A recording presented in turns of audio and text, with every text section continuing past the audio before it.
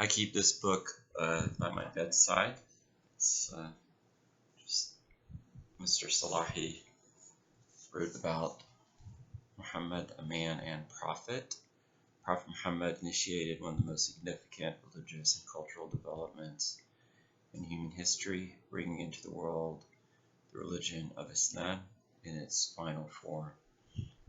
Life of our prophet continues to teach, lead, preach, shepherd people towards God and towards living a loving, just, more cognizant and kind, wonderful life that's founded in reality and connected to the divine. It says that Islam is extraordinary in enlightening cultures from the beginning of time. It is simply a running record of people and their interactions with one another, and divine intercession or divine interaction or divine assistance to each individual.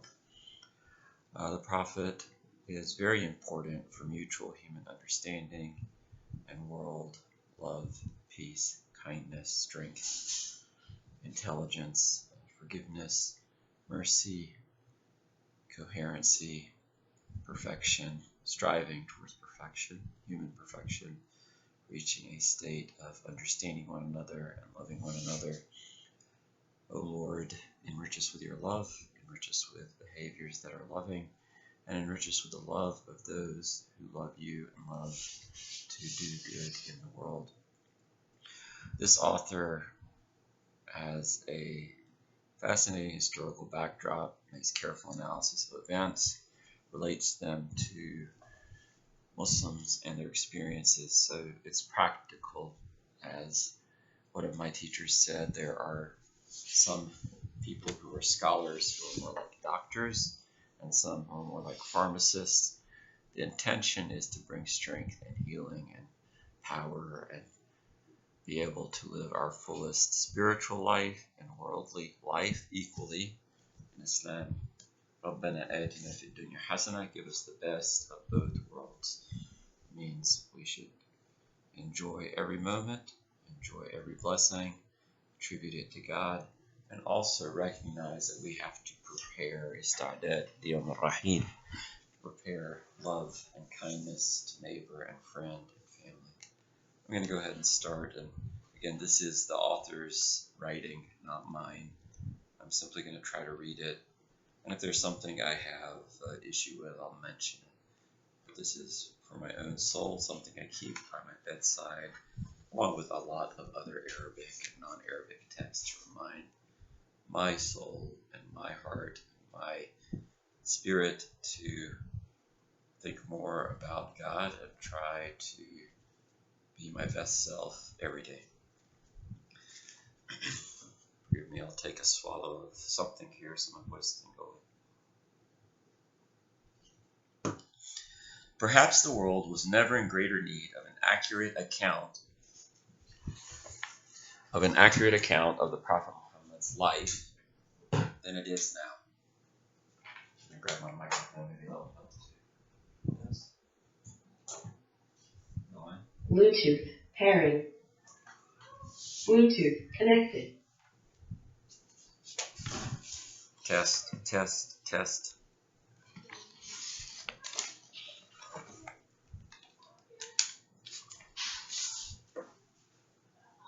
Test, test, test.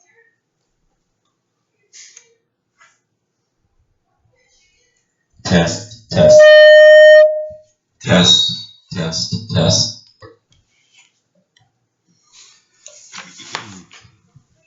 Perhaps the world was never in greater need of an accurate account of Prophet Muhammad's life than this today. Islam has begun to soar over the last couple of decades. Trends have increased towards more people accepting the way of the Prophet Muhammad, one of Muslims. So from the beginning of time, humanity, Adam and Eve, are Muslim. not always for the right reasons. Some people who are Muslims begin to paint a picture of themselves or others as advocates of Islam. However, this divine religion may become tarnished due to that idea or a certain person. But reading the original text and reading the thought allows people to make up their own decision about this faith. Islam's very nature is against extremism, and the Prophet always chose the easiest path and reminded people not to go to excess in religious practices. It continues to play an eye-catching role, providing fertile areas for those who wish to detract Islam from what it truly is. And some people tend to show it in a negative light, although it is devoid of those qualities of negativity. It is an ethic-based behavioral way of living our world. Sometimes media likes to create clickbait with sensational news. However, this faith, Islam, is a recurrent topic on its coverage of events, especially in certain hotspots or conflict areas where people disagree. And if you look at the majority of people in different regions, they'll recognize those are just marketing clickbait type scenarios. In some instances, they are real hotspots. The charge has often been set at the door of Islam is one of extremism, fundamentalism, terrorism, and the tragedy of September 11th. Certainly, it did not start with this instance. It means human behavior is comprised of certain types of things that people recognize as conflict and tragedy and violence through war and terrible things that happen. Several months earlier, news channels reported that an audience in the United States was asked to state the first word that came to the minds of people when my faith is mentioned, which is Islam. And unfortunately, a very tragic instance is that the word terrorism is associated with Muslims in the media only. When I grew up as Muslim, all my friends recognize that's not true, thank God. We are reminded that when Oklahoma City bombings and explosions occurred a number of years ago, the media channels were prepared to show the willingness to wait for evidence before pointing an accusing finger at Islam and Muslims. Needless to say,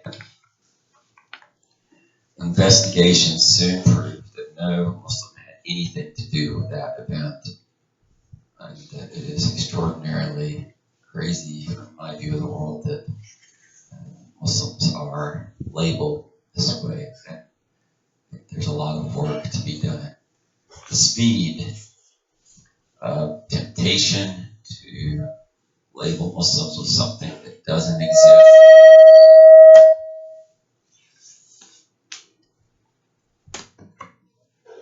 what doesn't exist is extraordinarily, catastrophically bad. To simplify it, it's a disservice to loving souls, warm, generous, kind people who helped to build this country and continue to do so, and help to be the best and brightest among many other societies and peoples.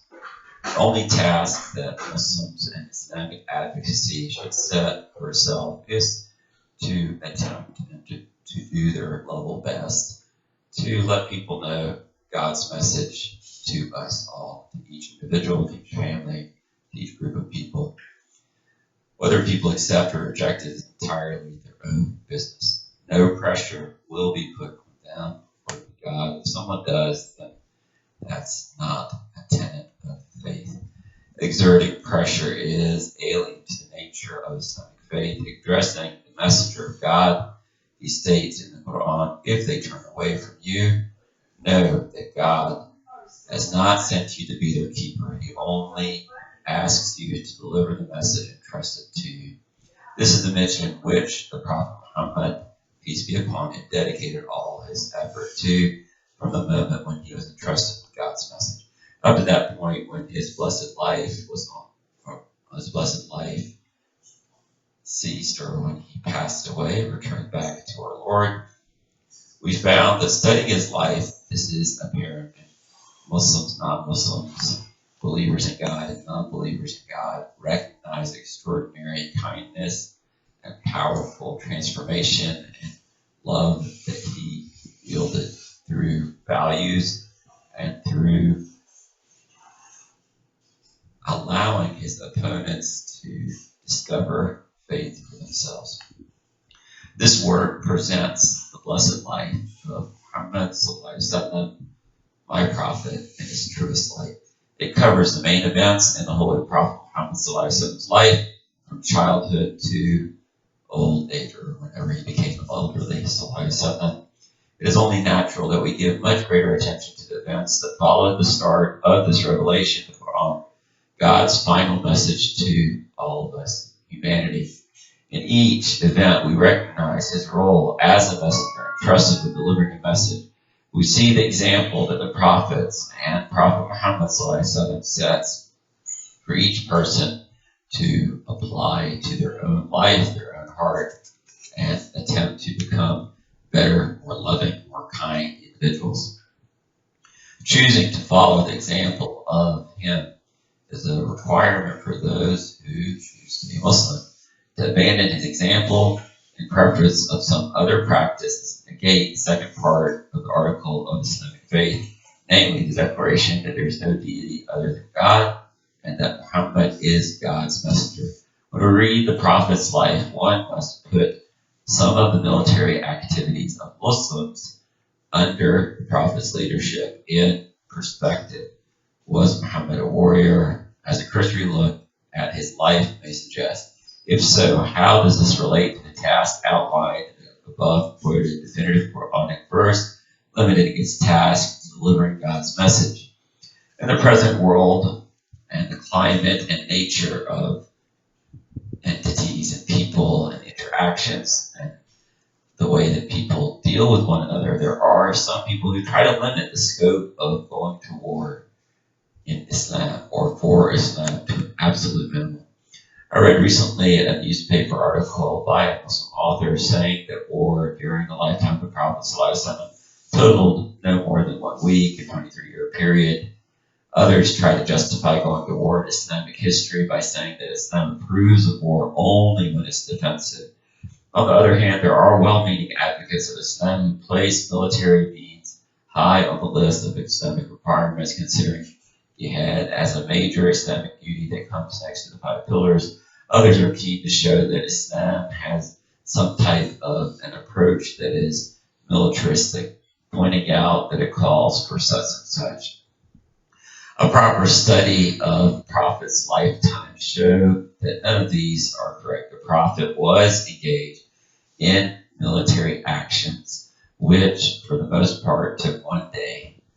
But the preparation and pre-battle engagement, the states of siege, are in our consideration more like ambulance, fire, and police department, or minor incursions on people who were mounting a certain expedition to steal or to loot or to hurt others, the innocent among them, or take them captive, put them into abusive, terrible bondage.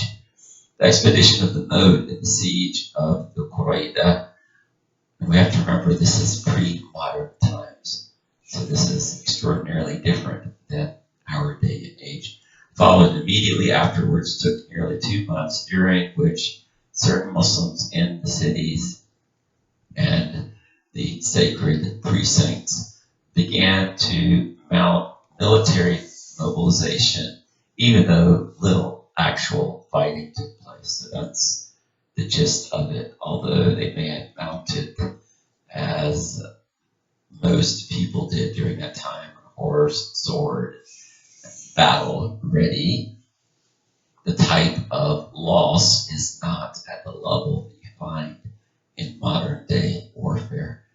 It may be easy to describe this kind of attitude to engagement as purely defensive, but there's nothing to be gained by that.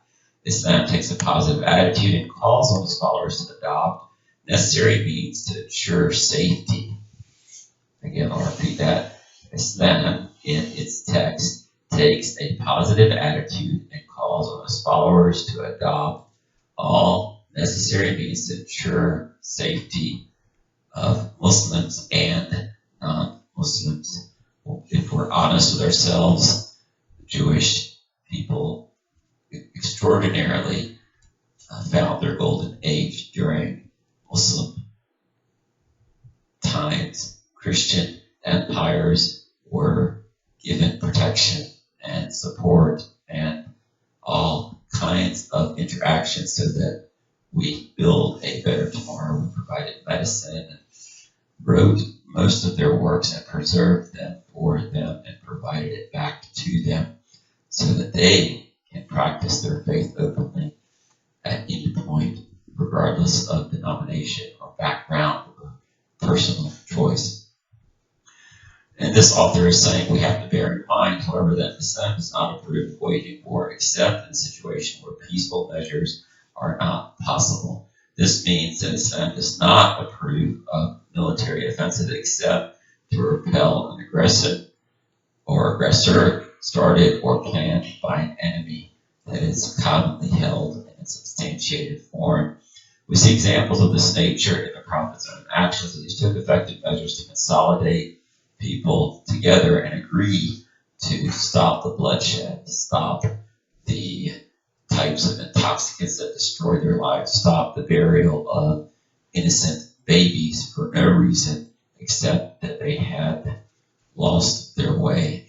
Never did the Prophet start a battle or raise an army to attack innocent people or groups of people who were willing to live in peace and willing to accept Islam if they chose to do so.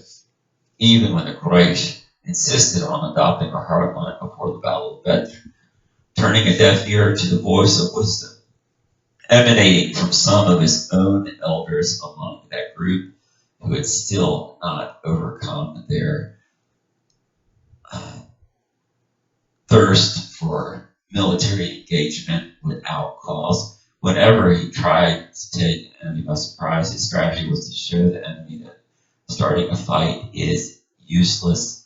Bloodshed was largely avoided in such confrontations. And I'll stop there for the sake, again, of brevity and my voice. I'll go have my voice worked on, drink some water or get some mints in my mouth here so that I continue to remind myself, remind all believers, remind my loving human family and all that those who accept Islam or want to live and coexist, what we're about. God help us all, forgive us all, teach us all, allow us to be loving, kind, overlook the faults of self and others, and continue down this path toward prosperity and health and strength in every possible way. So may God accept it. ربنا تقبل منا إنك أنت السميع العليم وتب علينا يا مولانا إنك أنت التواب الرحيم. Allow us to be parents and shepherds and lovers and teachers and those who prefer good behaviors and strong, healthy lifestyles. Assalamu alaikum.